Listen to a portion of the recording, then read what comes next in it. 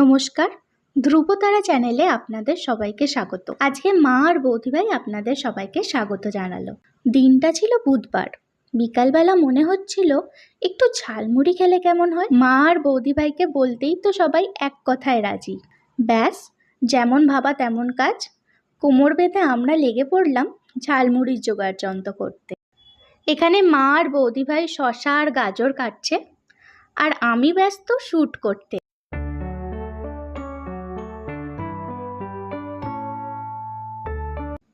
ভাববেন না যেন আমি গায়ে হাওয়া লাগিয়ে ঘুরে বেরিয়েছি। একদম যুদ্ধক্ষেত্রে নেমে পড়েছি।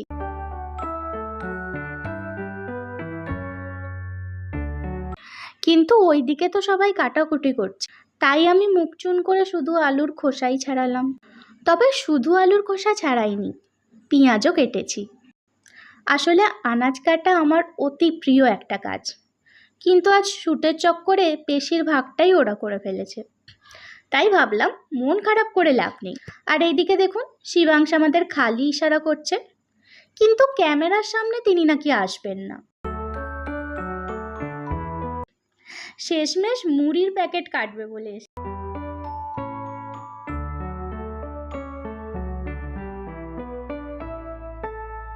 আর এখানে মা তেঁতুলটা জলে ভিজিয়ে নিল। তেঁতুলের কথা বলতেই জিভে জল চলে আসে।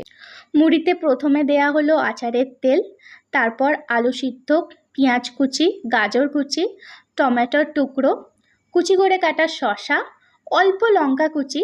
যেহেতু এখানে বাচ্চা খাবে তাই বেশি ঝাল দিলাম না।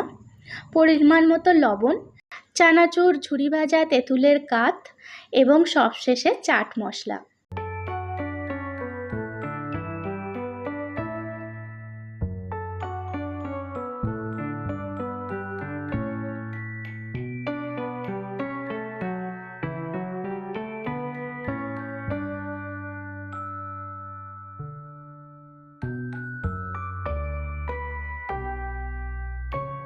খুব ভালো করে সব উপকরণ মিশিয়ে নেব, তাহলেই রেডি আমাদের লোভনীয় ঝালমুড়ি। মা শিবাংশের জন্য আলাদা বাটিতে তুলে দিচ্ছে। আর এদিকে আমাদের হিরোকে দেখুন, সবজি বাছতে শুরু করে দিয়েছে। সবাই কত করে বললাম জানেন, একটু মুখটা তোল, কেমন হয়েছে বল। কে শুনে কার কথা? উনি নাকি এসব কিছু বলতে পারবেন না। যাকগে, মা আর বৌদিভাইকেই বললাম তোমরাই বলো কেমন হয়েছে। দুজনেই তো বললো দারুণ হয়েছে।